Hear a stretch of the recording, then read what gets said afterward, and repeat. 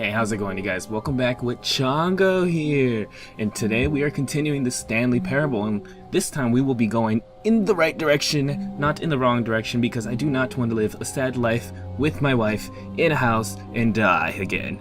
Did not seem fun. Stanley stood for a long time in one spot. It's part of a game. He likes to see how long he can go without dying. So far, he's doing excellent, and if he just stays right where he is, I'm sure he'll keep up that good momentum. Let's observe the genius at work. Alright, you guys, let's get this started again, because apparently we can't stand around for too long. Mr. Narrator has an issue. So let's go back down to the doors of decision. I'm already digging it. I want to see where Narrator is. When Stanley came to a set of two open doors, he entered the door on his left. Fuck it, break rules. No, okay. This time we're gonna progress, you guys. Okay. This office is mighty big. I wonder what am I? Oh, well, he did tell me what I was. Already forgetting. Ooh. Yet there was not a single person here either. Feeling a wave of disbelief, Stanley decided to go up to his boss's office, hoping he might find an answer there. Okay. How to solve a dispute with the coworker. I want to solve my situations, but there are no coworkers here. Oh, using slides to ensure employees that everything's okay. I don't believe it. I'm starting to think the narrator's a coworker. Stop controlling everything. You see? Stop it. Broom closet. I want to play with the brooms. Give me the brooms. I guess I'll go to the brooms later. And shall we go up or down? Coming to a staircase, Stanley walked upstairs to his boss's office. What if I don't and decide to go downstairs?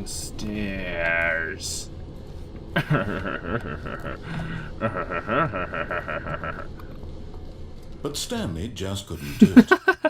He considered the possibility of facing his boss, admitting he had left his post during work hours. He might be fired for that. And in such a competitive economy, why had he taken that risk? All because he believed everyone had vanished. His boss would think he was crazy. And then something occurred to Stanley. Maybe, he thought to himself, maybe I am crazy. All of my co-workers blinking mysteriously out of existence in a single moment for no reason at all. None of it made any logical sense. And as Stanley pondered this, he began to make other strange observations. What the For fuck? example, why couldn't he see his feet when he looked down? Why did doors close automatically behind him wherever he went? And for that matter, these rooms were starting to look pretty familiar. Were they simply repeating? No, Stanley said to himself, this is all too strange. This can't be real. And at last, he came to the conclusion that had been on the tip of his tongue. He just hadn't found the words for it. I'm dreaming, he yelled. This is all a dream. Oh, what a relief Stanley felt to have finally found an answer, an explanation. His co-workers weren't actually gone. He wasn't going to lose his job. He wasn't crazy after all. And he thought to himself, I suppose I'll wake up soon. I'll have to go back to my boring real-life job pushing buttons. I may as well enjoy this while I'm still lucid. So, he imagined himself flying and began to gently float above the ground. Then he imagined himself soaring through space on a magical starfield, and it too appeared. It was so much fun, and Stanley marveled that he had still not woken High up. shit, you guys. How was he remaining so lucid? And then perhaps the strangest question of them all entered Stanley's Yes. head. One he was amazed he hadn't asked himself sooner. Why is there a voice in my head dictating everything that I'm doing? Why can't I control myself? Now the voice was describing itself being considered by Stop Stanley, who found it particularly strange. Play with my man. I'm dreaming about a voice describing me, thinking about how it's describing my thoughts, he thought. And while he thought it all very odd and wondered if this voice spoke to all people in their dreams, the truth was that, of course, this was not a dream. How could it be? Was Stanley simply deceiving himself, believing that if he's asleep he doesn't have to take responsibility for himself? Stanley is as awake right now as he's ever been in his life. Okay. Now, Let me hearing see my him boss. speak these words was quite a shock to Stanley. After all, he knew for certain, beyond a doubt, that this was in fact a dream? Did the voice not see him float and make the magical stars just a moment ago? How else would the voice explain all that? This voice was a part of himself too. Surely, if he could just...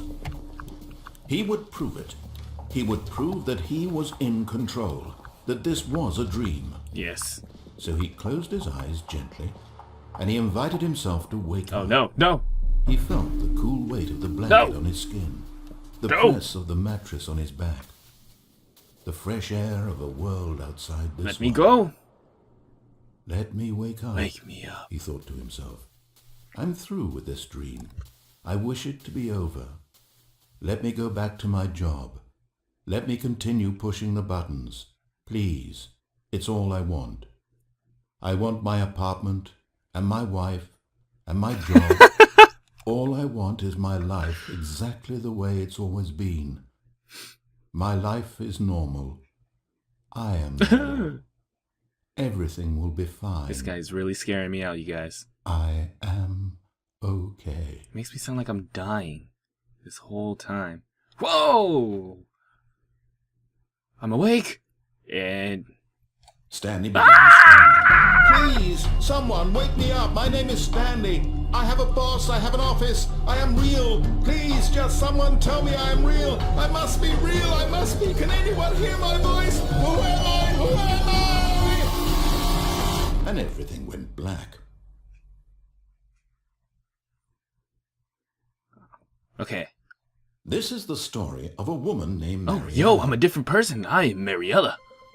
Mariella woke up on a day Fuck like Stanley. any other. She arose, got dressed, gathered her belongings, and walked to her Oh, place of work. shit.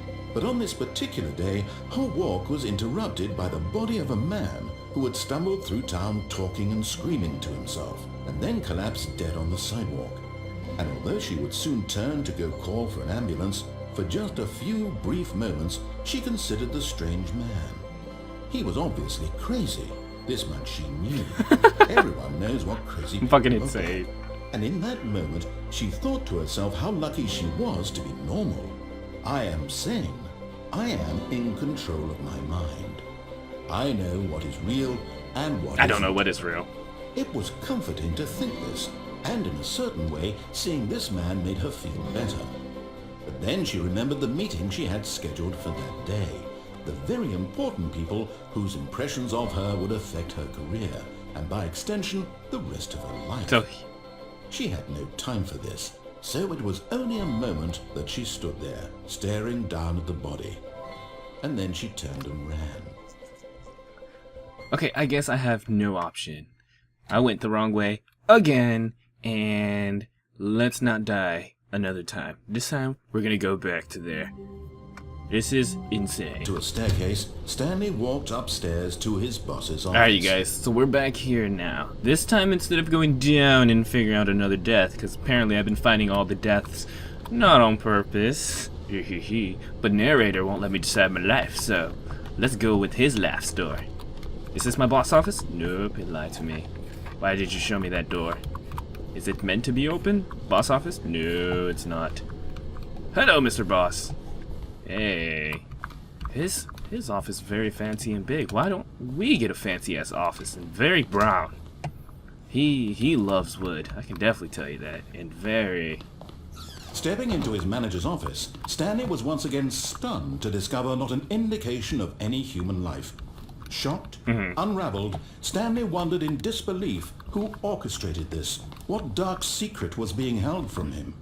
What he could not have known was that the keypad behind the boss's desk guarded the terrible truth that his boss had been keeping from him.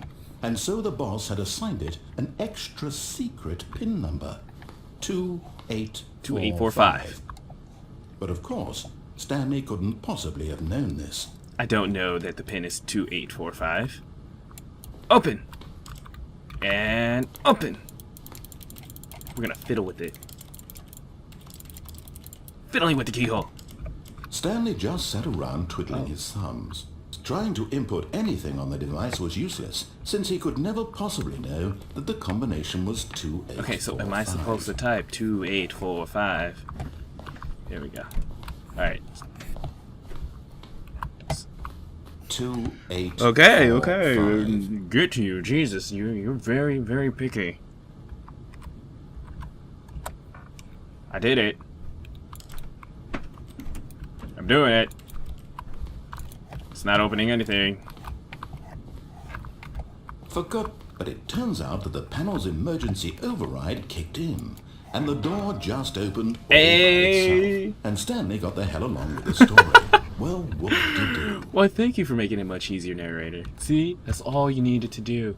Why give me a code? Just give me the answers. Okay. And it feels like now I'm in a studio. What does my boss do on his free time if he has all this accessibility? Big red button? Should I go down or should I stay here? Should I go down? Oh. Should I? Do you want me to go down? Cause you know, I can go down. Okay, we're gonna go down. Okay, we're gonna go down, you guys. Alright. Let's do this! I don't. Oh shit. Alright, you guys. That's all I got for you guys today. Thanks for watching. For some reason, I keep taking the wrong turns and going into the wrong areas. I don't know why, but you know what? Fuck it. We're gonna find out all the secrets of the Stanley Parable. And I don't fuck with the narrator, and I don't fuck with you, narrator. You are a douche. So, thanks for watching, you guys. Please like, comment, subscribe at Peach Monkey Gaming, and I will see you guys in the next one.